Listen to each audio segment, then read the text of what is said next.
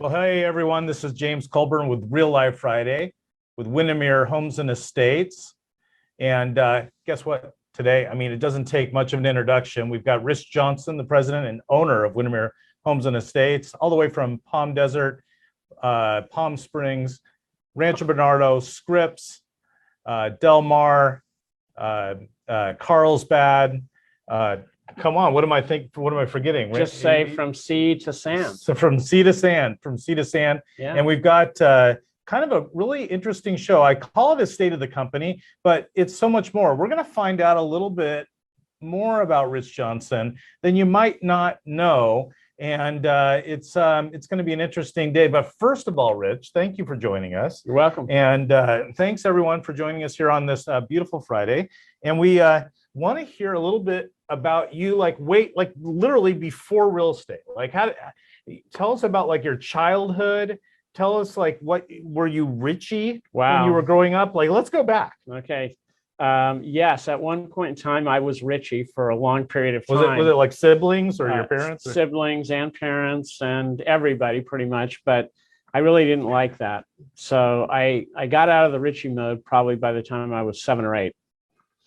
But then after that, I grew up in a really normal household. I had 2 brothers and a sister, and I was the youngest kid in the family. My dad was a home builder, so I grew up picking up nails. That's what I did. And so you guys conserve nails. You pick them up, and the ones that every the ones that weren't bad. No, it was all the grunt work, the scrap wood, nails, whatever needed to go in the trash. I started working at a very young age. My dad believed in us, helping out around the house and around his business. So was your dad like an ass kicker, or was he what was that? What kind of dad was it? So he only had an 8th grade education and became his parents had to take him out of school. He was 41 when I was born, so he was an older dad at that time. Now, not so uncommon, but he taught himself a lot of different trades, and then got his contractor's license and started building houses. And he owned Johnson Construction Company in Long Beach, California, for about 35 years. So I kind of grew up in the real estate business. All I ever wanted to be when I was a kid was a Major League Baseball player. I loved baseball. Wow. I was into baseball. What team did you want to play for? Oh, of course, the Dodgers. Oh, okay. Yeah. Growing up in Long Beach, we had Tommy Lasorda kind of deal. It was this is pre-Lasorda. So this is like late 60s, right? Yeah. So Walter Alston, if you know Dodgers history, which is probably boring everybody in the audience right now, but anyway, Well, let's cover it. That's all I wanted to be. By the time I got into high school, I was playing 3 sports. I was playing basketball, football, and baseball, and but baseball was my favorite, and of course, I didn't make it anywhere further than playing a little bit of college ball, but that was about it. So, from there, it was a wild time growing up. We lived in a very normal kind of Leave It to Beaver neighborhood, and nothing out of the ordinary.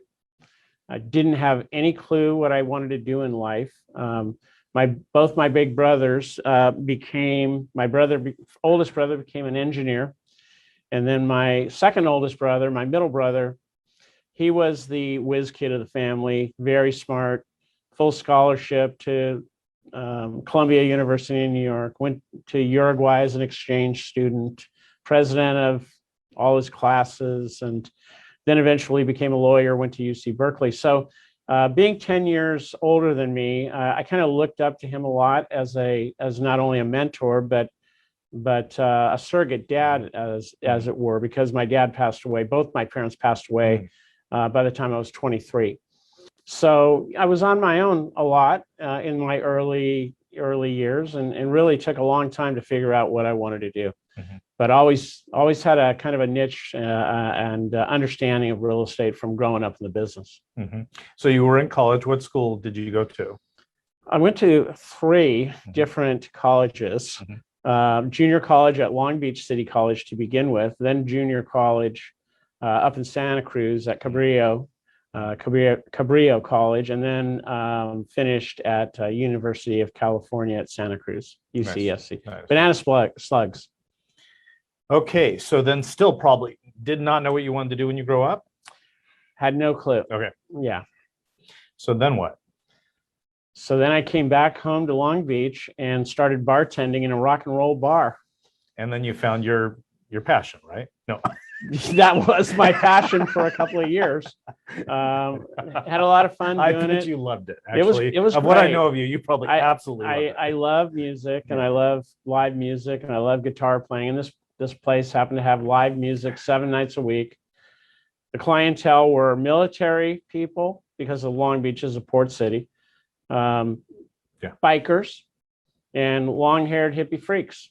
And that was the clientele. And there were frequent brawls at the pool tables. And I had a gas doing that for a couple of years, but eventually burned out on it. Yeah, of course. And this same older brother convinced me to move to San Diego, where he had ended up. So that's how I got to San Diego. Still had no idea what I wanted to do. Still pretty rough around the edges, long hair, and I didn't really know how to dress well either. But I ended up getting into insurance, and I became an insurance broker, and I did that for about 8-9 years to begin with, and was completely bored. I did not see myself sitting in an insurance brokerage, kind of like the prototype farmer's office. I didn't see myself doing that for a long period of time, but I did like the business because it was a good, steady income. So I kept growing the business and staying in the business. But after about 7-8 years, my brother had become a property developer. Again, I have long connections with my brother and his businesses. He became a property developer here in San Diego County, and he told me, "I'll build them. You go get your license and you sell them." And that's what we did. We did that for a period of time. And I had my own real estate company and my own insurance brokerage. So I had 2020 Mortgage and Realty and 2020 Insurance Services, and did that for probably 7 or 8 years. Where was your office for Mortgage and Realty? So I had offices in San Diego. I had 6 offices in insurance in San Diego and 1 office in real estate. And I had 1 office in real estate in the Bay Area, in Fremont, which is just a little above San Jose. And I had 6 insurance offices up there. So I operated both businesses kind of side by side. My insurance business was always much bigger than my real estate business. And eventually I decided to move at the .com boom in 2000. I decided to, sell my place up in the Bay Area and come back home to San Diego County because it was so much cheaper. And so I've been in San Diego ever since. And what year was that? That was 2000. Okay, so 2000 you come back here, and where did you work? I kept my businesses. Okay. Until 2003, when I sold my insurance business at that point in time. And that provided me with enough of a nest egg to go full-time in real estate. And I wanted to get back into a more traditional approach in real estate. I was working in conjunction with a property development company. So it wasn't real residential real estate like we're all doing right here, right now. So I decided to go join a traditional residential real estate brokerage. And I ended up at a company called, some of you may remember, it was a GMAC franchise, and it was called One Source Realty. And they had 5 branches in San Diego. And I thought they were a pretty good company. And I was really interested in technology. Many of you know that I'm a technology kind of guy. And I was really interested because we had developed some very interesting proprietary technology in the late 90s in the insurance business. And we were selling insurance over the net in 97 and 98 and 99, and real estate was way behind. And in fact, did you guys know that Windermere Real Estate had the first property search on its website of any company in the country? But I didn't join Windermere. I joined OneSource. And what I really didn't like about OneSource, I ended up leaving there very shortly thereafter, maybe 6 months later. What I didn't like about it was there was no culture. There was no camaraderie. People walked around the office. It was a time where people were not collaborative, and it was a time where people didn't share. And so, everybody had their own secrets of how they did their business and where they farmed, and nobody wanted to let you see their postcard or whatever their piece was. And I just didn't like the vibe in the office. And so one night I got this invite to go to a social mixer, and it was from a company called Windermere. And of course I said, Winda who? I didn't know who the heck they were. And it turned out they were like right across the street from the existing office I was at. And what year was that? 2003, still same year. So I went to their mixer, and I met my former partner and the two principals of the company. I liked them, and I moved over the next day. Yeah. And that was, like I said, that was April, I think, of 2003. So I've been a Windermere guy ever since. That entity I did not own or have any ownership interest in. I started off as a husband and wife team as agents there. 6 months later, I was managing the Escondido branch. And then they kept asking me to do more and more things. I managed more and more branches and became the VP of business development for the company, helped start affiliate services like escrow and things like that. And eventually that company decided to disaffiliate and become a company very short-lived in San Diego called Real Living. And it was kind of a debacle in terms of picking a company. If you're going to pick a company to move to, no one had ever heard of Real Living. They decided to call it Real Living Lifestyles, and that didn't really fit very well either. And sounds like a magazine. Yeah, or a condom. True. Keeping it on the G level here, I got a lot of static from other managers and people from other companies about the name. Yeah. So, a year of that, and it was, what, I'm going to start my own business, and I'm going to. How long were you at Real Living Lifestyles? A little over a year. Yeah. And that led me to go on a hunt to start something new. And at first didn't intend to open a Windermere franchise. In fact, I considered being an independent. Yeah. Just opening up Rich Johnson Real Estate and maybe having one office and hiring some agents. Keep it simple. Or, I was getting, everybody gets recruited, even me.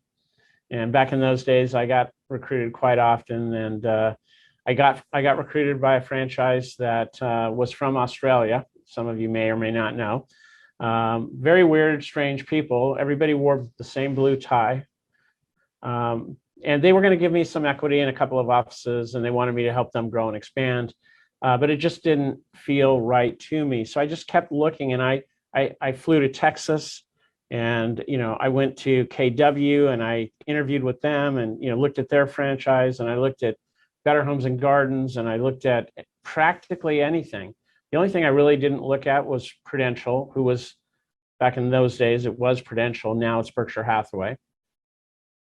I didn't like the corporate, me being kind of the free spirit that I was in business, entrepreneur. I didn't want to be controlled by a lot. I wanted to be entrepreneurial, and I wanted to be able to do the things that I wanted to do and run the company the way I wanted. And that's how we ended up back at Windermere, because they knew me, they knew my former partner, and they felt comfortable with us. And we knew that as long as we paid our franchise fees and followed, we're ethical, did the right thing, they'd leave us alone. We're 1,500 miles from James, you were up there at that time in Seattle. They don't come to San Diego very often. So it was a really good fit for us. And that's where I ended up launching on July 3rd of 2013. So yeah. that's where it started. I want to go back to how things got started. You actually were just kind of kicking around looking at spaces, right? Yeah. And you were looking in a window and met some other people, right? That had an equal interest in kind of doing something, right? How would you describe that? It was in the time that I was considering joining the Australian company. And I mentioned just a minute ago that they had a couple of offices opened and they were going to give me an equity piece of that, but then they wanted me to open up some more offices. So I was looking around North County, specifically at that time in the Rancho Bernardo area. And I had remembered that there was an office that one of our competitors had in the Santa Luz area that had shut down in 2010 because of the crash. And it was fully built out and it was a beautiful space. And it had been sitting there vacant for years. So I drove over there to see if it was still available. And I didn't see anybody in there, but I went up to the front door to peek in and look around. There's two guys sitting at a little table in a vacant office and no other furniture, just two guys sitting around this little round table. And they saw me looking in and they kind of motioned me. And I said, "Oh, I'm sorry. I'm just checking to see if the space has been leased." And the one guy says, "Oh, yeah, I just leased it this week." And I said, "Oh, okay, no problem. Good luck." And, I was ready to go on my own. And he said, "Well, wait a minute. What kind of business are you looking for? Are you going to open?" I said, "A real estate business." And he said, "Oh, my son got his broker's license earlier this year and we're doing flips. And we've done about 30 or 40 flips in the past 12 months. And I said, "Oh, that's very interesting." We just talked. He said, "Come on over and sit down." And he started questioning me about who I was and what I was looking for and all of that. Long story short, 3 months later, after the process of deciding that I wasn't going to be that Australian company, he came to me and said he wanted to partner up with me and he wanted to invest in my company. And so that investor is still with me to this day. He is the one and only investor this company has ever had. And we have a great relationship and he's a very innovative guy. And we've had a great partnership for 8 years now. He's definitely behind the curtain, kind of Charlie from Charlie's Angels. I've met him once, and it was brief, but super great guy and definitely silent partner. I mean, obviously, you run and make the decisions for the company, and he's been just like you said, an investor. Yeah. He is an investor. I do like to involve him though, many times, for various reasons, whether he's a super technology guy. He's an entrepreneur himself. He was one of the first Americans in China in the early 90s as an entrepreneur. He has a copper mine in Mongolia. He bought an emerging oil and gas company that was developing technology that helps oil companies drill sideways, which I guess is fracking or whatever they call it. Anyway, so he's a super bright guy. So, we do meet on a regular basis, go over the numbers and look at the business. And, I do, he does have a voice. He's on the board of directors. But yeah, the day-to-day operation, he's pretty much out of in every way. He does get involved a little bit on the financial side with Sarah. But day-to-day operation, it's us. It's me and my team. Yeah. So. Yeah. Well, that's awesome. So, okay, well, it brings us up until you open this Windermere franchise. Yeah. And you started with one office, correct? Yeah, we opened up in that office that I had knocked on the door, and we turned immediately. Pretty much, he kept one little spot in the office, and then the real estate company took over everything. Yeah. And we launched the company, and the early days of this company were very, very exciting and busy. We went from 0 to 70 agents in 2 months.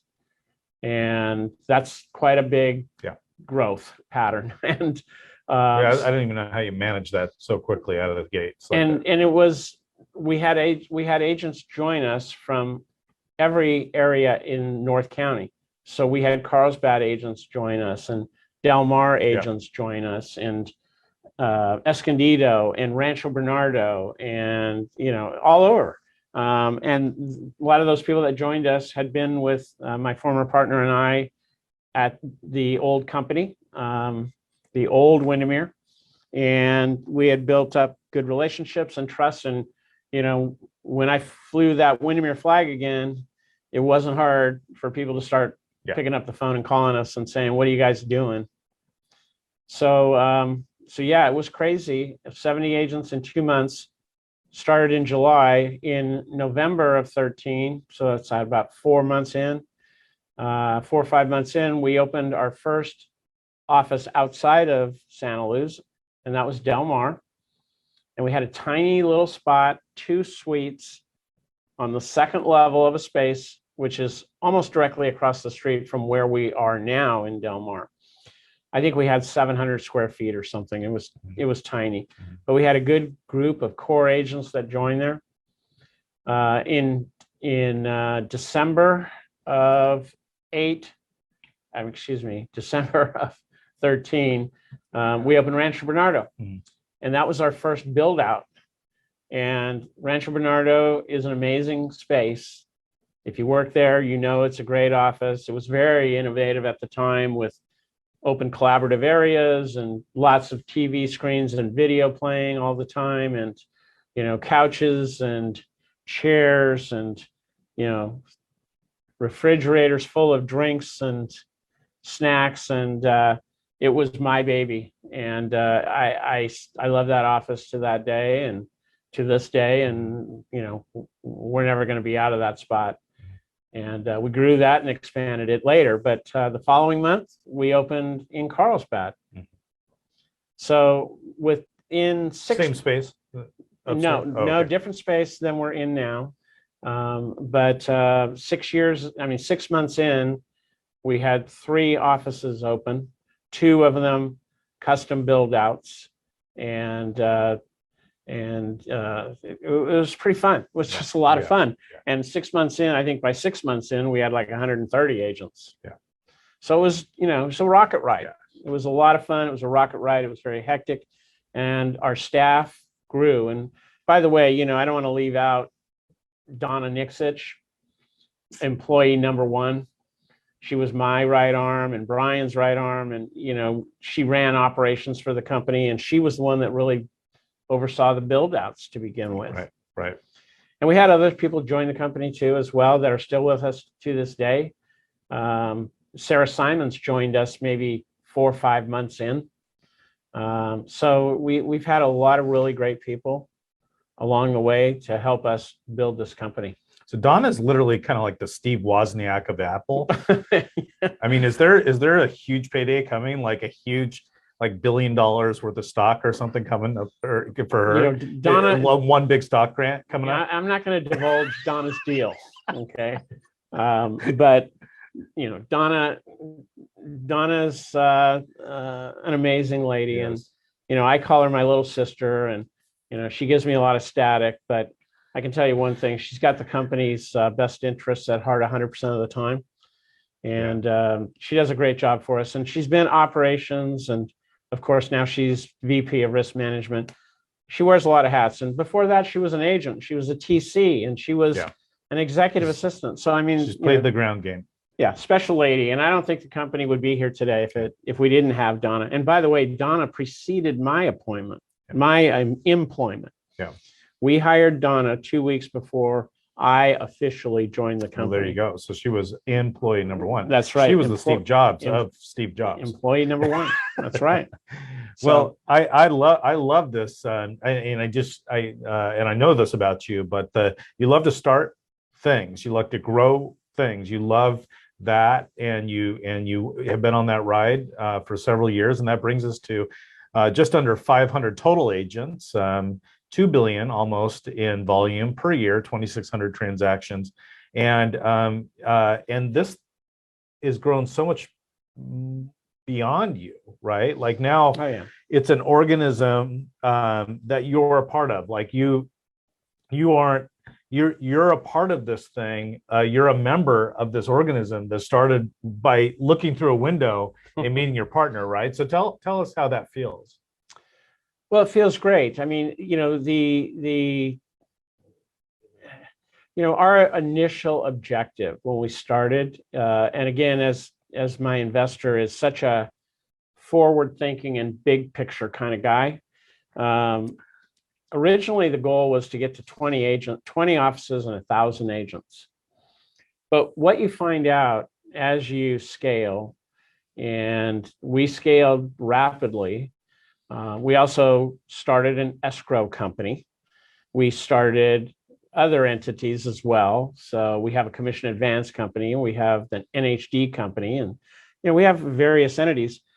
But what you find out is that when you start really growing exponentially, and in 2015 we went to the desert. Yeah.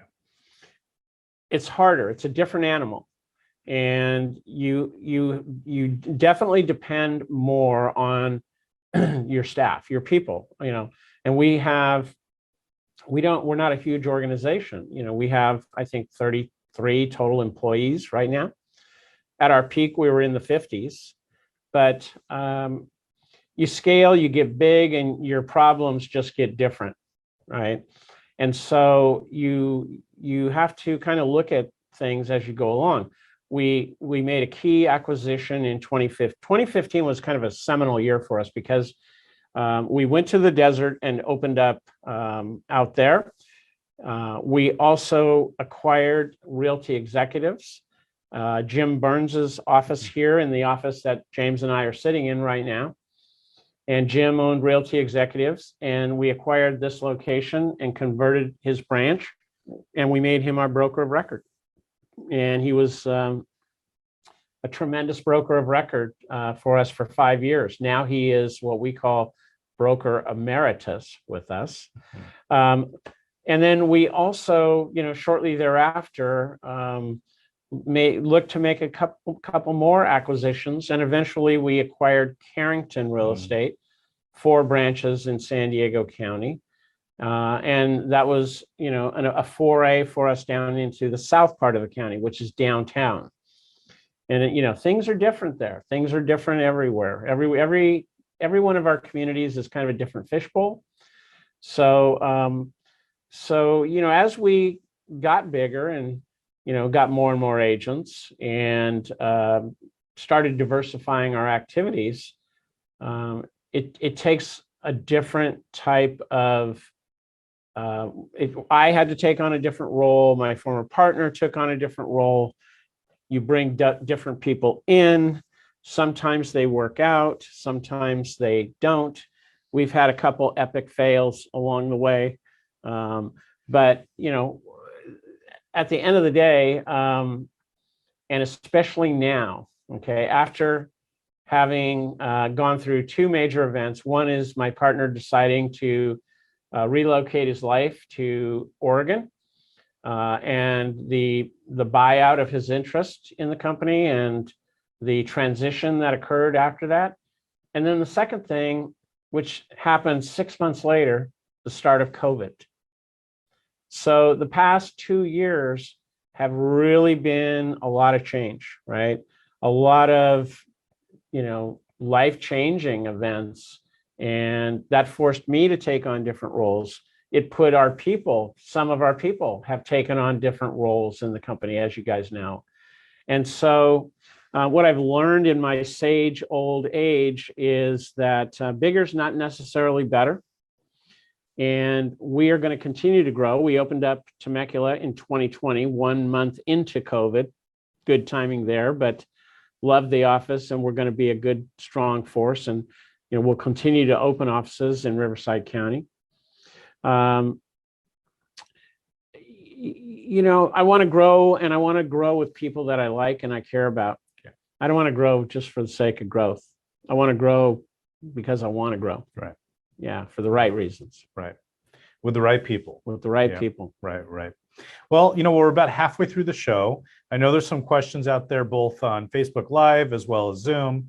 April, Sierra, Melissa, what do you have for us? I can start if you want. Rich, one of our agents wants to know, what is something that is you would say the biggest lesson you learned either owning a brokerage or just through your real estate career? I can give you like 2 or 3 different answers to that. One is you need a good broker. I've been lucky since I started in this business that I've always associated myself with good brokers. When I had my own business, I had a broker. I had a contract guy, a contract broker, because I'm a sales guy. I'm out there, when I was selling, I'll go out and get the listings and I'll sell the houses. But, this is one of the most litigious businesses that we're in, that you can be in. And so I've been well served by having a series of good brokers. A guy named Jim Brown at the old Windermere, Jim Burns, and now the best of the bunch, Nancy Lane. So that's one thing, having a good broker to go to keep you safe and keep you stable, because you're going to get sued one way or the other sooner or later if you stay in long enough. Another thing I've learned is the only thing that matters is what's on paper, and handshake agreements and arrangements. I've seen a lot of partnerships, seen a lot of teams, I've seen a lot of disputes. Over the years, a lot of what I do has just been sort of refereeing and untangling, and I think that a lot of times people team up and they do it for the wrong reasons. It's usually because they're not good at one aspect of the business and this other person likes that or has a passion for it. But I think, pick your partners wisely, pick your broker wisely. I think, the last part of that question is, one of the biggest things I've learned is always do the right thing. When you're, I had my old partner used to say, when you're in your casket and they're putting you in the ground and people are looking over you, they're not going to say he was a really good insurance or a real estate broker. They're going to say he was a really good man or a really good lady. You want to always do the right thing. We've had a saying here that says, I forget exactly what it was, but we used to say it a lot. We do what we say we're going to do when we say we're going to do it. So we don't make phony promises to our agents. We always felt like the focus of this company had to be on agents, not me, not my partner, not Donna. The focus we've always tried to have is on our agents and to support them at the highest level we possibly can. So those are probably the 3 biggest things I've learned. And I believe that we still do that, by the way, more than ever. Thank you. What else do we have out there? We have one from Kirk, and he asked, can you describe the hub and spoke idea for growing offices? Sure. Hub and spoke came about 3 years ago, and it was and to some degree still is a thought. As we grew, one of the things that we thought, offices that were luxurious and state of the art. So in Rancho Bernardo, we have over 6,000 square feet. In Scripps Ranch, we have almost 5,500 square feet. Carlsbad's 3,800 square feet. Escondido's 3,700 square feet. Our desert office in Palm Desert is close to 4,000 square feet. Agents stopped as technology has evolved, you guys have stopped coming into the offices so much. And then COVID. And that's the second thing. So, but I could see this happening prior to COVID. I saw that, and by the way, it's not like it's going to cost you 50 grand to outfit an office. You build an office like we have, it can be, you know, 250 to $500,000 to build these spaces out. And then you have a lease, right? You have a 5-year lease or a 10-year lease. You're in that building and you don't want to move because you've made so much investment in it. But the hub and spoke came about because I wanted to be able to service a greater a greater geographic footprint throughout San Diego, Riverside counties. Maybe we go to Orange County someday. And so we have areas that we do a lot of business in. We have agents that are very, you know, entrenched in certain areas. I'll give you an example. Vista, San Marcos. We have agents that do a lot of business in Vista and San Marcos. The hub and spoke idea is that we would have hub offices that most of which already exist, and they are the Rancho Bernardo, Escondido, Carlsbad, Del Mar, and Scripps Ranch offices. Spokes were going to be smaller offices that were not built out to the degree that we have. I mean, Temecula is an example, and Kirk is out of that office. Temecula is a beautiful space, but it's 1,900 square feet. It's only got 3 private offices in it. It's got a lot of collaborative desk space and open space, but it also has all the technology. So it's a way for us to be able to expand our footprint without having to make huge investments. And also, you know, the other major component that goes into opening an office is staffing it. So, you know, James, his salary is like $2 million a year. So, you know, he's expensive. You know, Donna, Absolutely. She's like 3 million, right? Yeah. So, plus the stock award. Anyway, joking, but you know, staffing is, you know, there's only 3 things that you can control, and that is your space, your staff, and the money you spend on marketing. And so hubs and spokes were meant for spokes to serve or be serviced by hubs. So they weren't necessarily going to be staffed. And that was the idea around Temecula. Temecula was going to be a pure spoke until we got a foothold. And, you know, normally it takes about a year and a half to get a foothold in an area when you go to someplace new. Sometimes it takes longer than that. And you go into those spaces and you build. And so Temecula is a full service office. Now we have gone to, you know, staffing that office a fair amount due to A, requests, but B, you know, Nancy Lane lives in Fallbrook, so she's close. And Carl oversees that office now. And so he's up there quite a bit. We've had Stan up there. We have a lot of us that have been up there. But, you know, I want to be able to service other areas. We will come out of COVID. The company will go back to opening up additional locations. But you're not going to see hubs built unless, you know, there's a huge reason. Maybe it's an acquisition or something like that. But, you know, other potential spoke areas, like I said, Vista San Marcos, Encinitas, we had a small space in for a short period of time, but then COVID hit. And there are other places throughout the county where, you know, depending on who joins the company, who wants to come on board and, you know, work in this collaborative culture that we have and be a part of something special, that really kind of dictates it. As far as, you know, we're speaking about Temecula because it really is our one spoke right now. We're going to be growing in Southwest Riverside. You know, I have my sights on Murrieta and, you know, maybe Menifee and other areas. I want to go where there are transactions. I love the luxury market, but believe me, I'll take. It's an interesting situation. Del Mar and Escondido. Last year, they did almost identical volume. Escondido did twice as many transactions.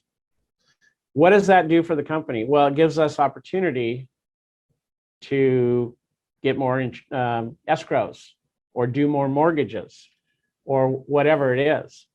So there are benefits to both sides, but I want to be where there are more transactions. And so one of the things that we're going to do here in Scripps is we're going to look at Mira Mesa, because it's right across the freeway. Yeah. And as Jim Burns will tell you, when he started in the real estate business 40 years ago, he did a study and he wanted to go where the most transactions were. And it was Mira Mesa then, and it's Mira Mesa now. So anyway, so I hope that explains the hub and spoke idea. All right. April, Melissa, Sarah, any other questions out there? And then I'm going to open it up to the group because there's some of you that haven't typed in questions, but you might want to just unmute and ask a question or two.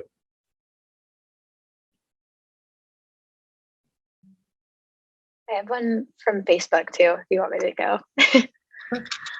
It's what is your biggest goal with Windermere right now? What's my biggest goal with Windermere right now? That's a good question. I have a lot of goals. The biggest goal that we have been working on and sort of I wouldn't say completed because it'll always be a work in progress, but I wanted to shift from having office coordinators in every office that had, and many of the office coordinators we had are very fine people, so don't get me wrong. But really what you guys need as agents is marketing help. And so the biggest goal and objective I had was to build marketing into something special.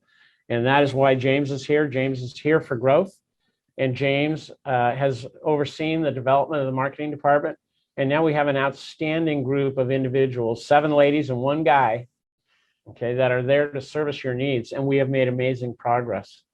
So marketing is what real estate agents need the most. As you guys know, it's a high washout business. And the reason is because most people that get into real estate don't realize that the first couple of years in the business, 85–90% of their job is to tell everybody they're a real estate agent. And they need to do that through many different mediums, and today more than ever. So, but my biggest goal has always been and is still to support my agents, to provide the best team of people. And that is whether it's risk management, broker, marketing, technology, office space, and most of all, culture. Any other questions out there? I have one. What would you say is the one thing you could accomplish with Windermere Homes and Estates and know that all your hard work and dreams were accomplished? What would be the end goal for Rich Johnson if you could just get where you need to go? Thanks, April. Yeah. Are you hinting I should retire? No.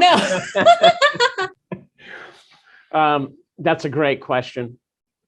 I have a passion for this business.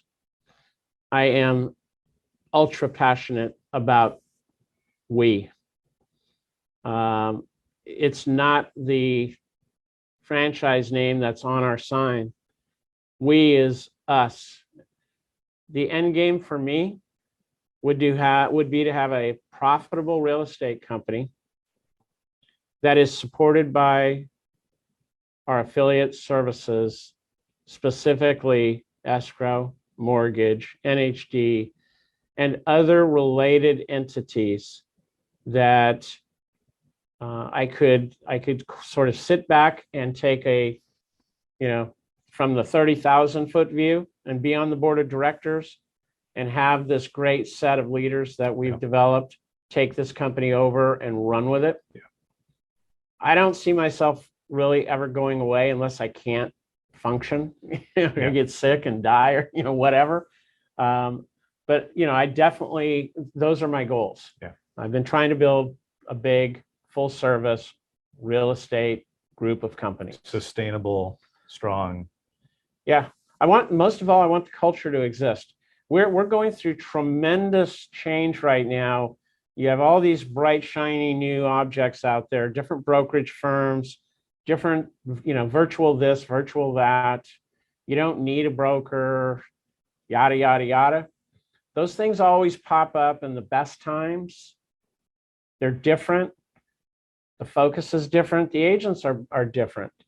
We're not going to change. We're going to be, we do us, we do what we do. And we are a full service real estate brokerage. And we are a place where you can bring your clients and be proud. And we're looking for those types of like-minded individuals. So, and that's really what the legacy hopes to be. Any other questions out there? Feel free to just break in. Nancy Lane has one. Uh-oh.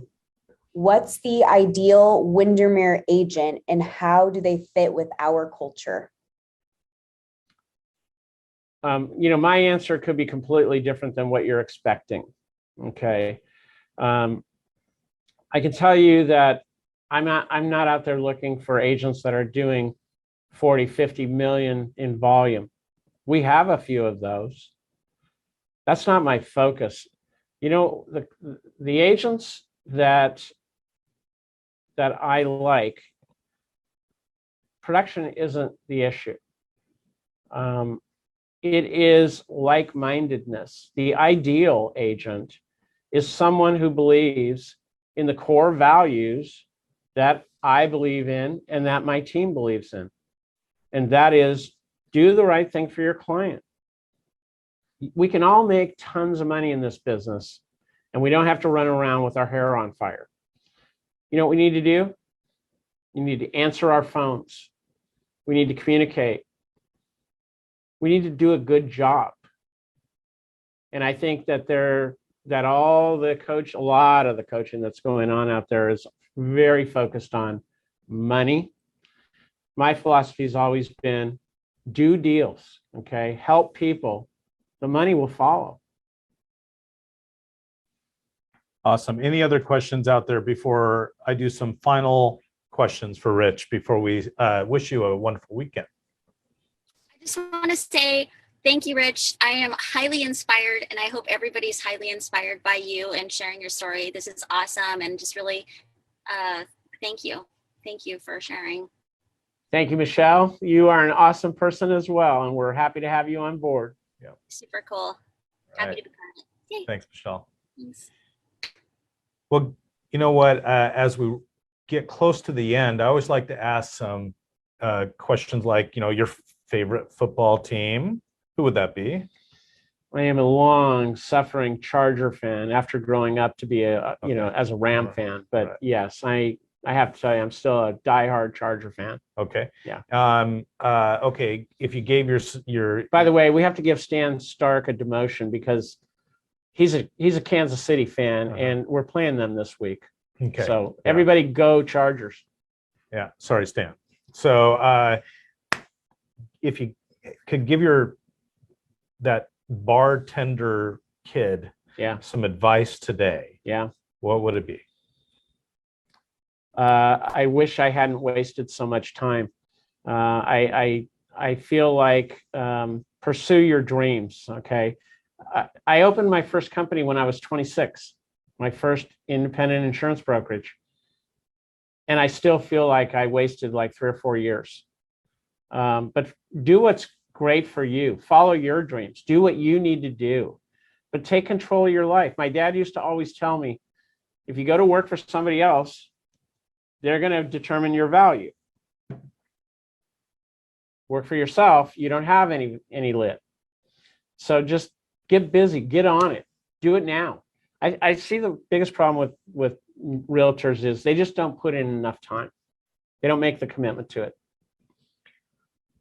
Okay, now let's give your 80-year-old self some advice. I'm not 80 yet. No, but say 15, 20 years from now. That's about right. Yeah. What would you tell yourself? Should have stayed in insurance. Like, that's a joke. I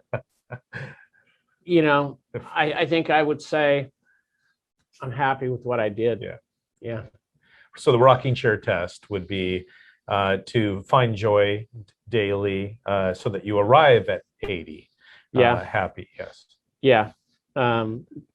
People like Nancy Lane and Donna and Carl and Stan and you and others Who am I leaving Well, out? I'm a little new to the party, but thank you. But there's many of us. Yeah. Sarah Simons, other people. They keep me sane because they solve problems. And that's what we're here for, by the way. We solve problems. 80% of my job is just solving somebody else's problem right now. And eventually I want to get to the point where 80% of my job is just developing new things, you know, entrepreneurial activities, because that's what really turns me on. So Okay. that's my 80-year-old self. Couple more questions. Okay. This is gonna be a speed round. Okay. Oatmeal or steak and eggs? Oatmeal, Gin or vodka? vodka, Sourdough or wheat bread? sourdough, Corn or flour tortillas? flour, Chicken or steak? chicken, Dropbox or what is it called? OneNote or whatever. definitely Dropbox. Anything else we should know? Apple, Apple or iPhone PC? or Droid. Apple. Okay, iPhone or Droid. Don't get a Droid, Okay, Carl. so yeah, you know, those of you who have a Droid are actually not legitimate agents. Yeah. Just throwing that out there. Yeah, problems. Okay, heroes. Your single most, like the first person that comes to mind in terms of hero when asked. My brother, Want to expand on that? you know, father figure, Yeah. mentor, business guide, fantasy football, what competitor, you know. We socialize together to this day. We've been doing it for 40 years together. Yeah. I don't know if you guys saw that. That's a little emotion there, actually. Yep. Yeah, that was that's a close bond, and he really was a father figure Yep. very early on at 23 years when you needed it. So, Yeah. Great guy. yeah. That's a very special thing to have, and not everyone has that. So, Yeah. Yep. I'm lucky. yeah. Well, Rich, anything else you'd like to say to our entire team? This is all out on, of course, on the public Windermere page for Yeah. anyone to watch. And there's so much great stuff to come with Windermere. And this is kind of your opportunity to state the opportunities ahead for Windermere, for Yeah. each of the agents during this time of almost rebirth after COVID. You know, I'm so excited about where we sit right now, where the company is in its history and its evolution. We have found a way to thrive through COVID. We have gone through different challenges and learned better ways to do things. And what I'm really excited about is a new generation that's going to be joining the company in the next few days, weeks, months, years. Our offices are in place. The staff, the support, the marketing, the tech, it's all really has come together. And I'm really, really excited about recruiting and bringing on board other like-minded agents. I know I said that earlier, but I'm looking to have more good people join the company. Yeah. I'm not looking for, like I said, machines, you got to be the right fit for us.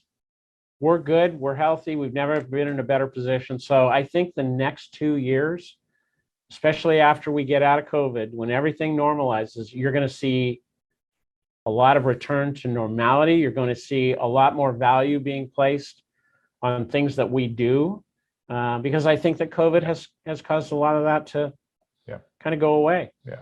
But we're going to be here, and that's the most exciting thing. We're going to be here, and we have tremendous leadership and a lot of great. I just love the people and the culture. So I think that's the most exciting thing for me, and that's what I'm looking forward to the most. Well, thank you very much for joining us, Rich. Just a couple housekeeping items. You are coming to us live in the new studios, so Windermere Homes and Estates studios here in Scripps. It's a large office space that we've turned into a video studio that will be available to all of you. We have several backdrops, backgrounds available, including obviously this one, and some opportunities for even improvement beyond what we have now. if you know of a stager, interior decorator, would love nothing more than have an every other week advertisement opportunity, I would love to receive that referral. This would be someone that would be a part of decorating and maybe even staging this studio and being a partner with us in our video studio launch here in Scripps. So keep that in mind. We have some general ideas what we want to do. Sergio out in the desert has put together some schematics, and we're really excited about that. But we'd love that kind of finishing touch of having someone come in here and literally stage our office studio. This is someone that would be literally able to stage a video studio for Windermere Homes and Estates, which is 500 agents. You guys are all going to be able to do video business cards in here. This is a service we provide, as well as you'll be able to do your own videos, expert testimonials, even client testimonials right here, and just with the flick of a button, actually. So it's going to be an amazing opportunity for all of you to have this space. So if you know someone, let us know that.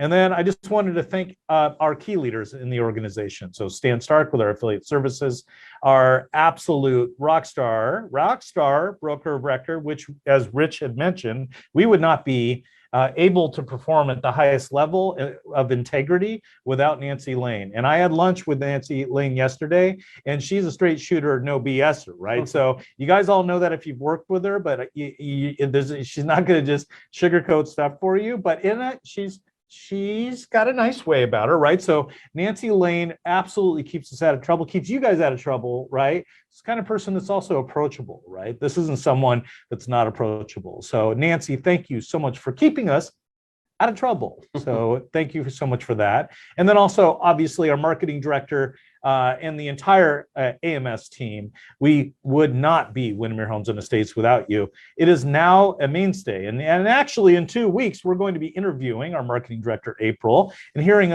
a lot of the new exciting things that we're up to and what agents in our organization are actually utilizing the marketing department to do. So that is, you can't miss that, actually, because it's really going to set your business on fire. So on behalf of Rich Johnson, thank you, Rich, for joining us. You're welcome. Windermere Homes and Estates, all of you guys out there, all 500 of you, as well as the 2,600 different families and or buyers or sellers that we work with. Thank you so much for joining us, and have a wonderful weekend.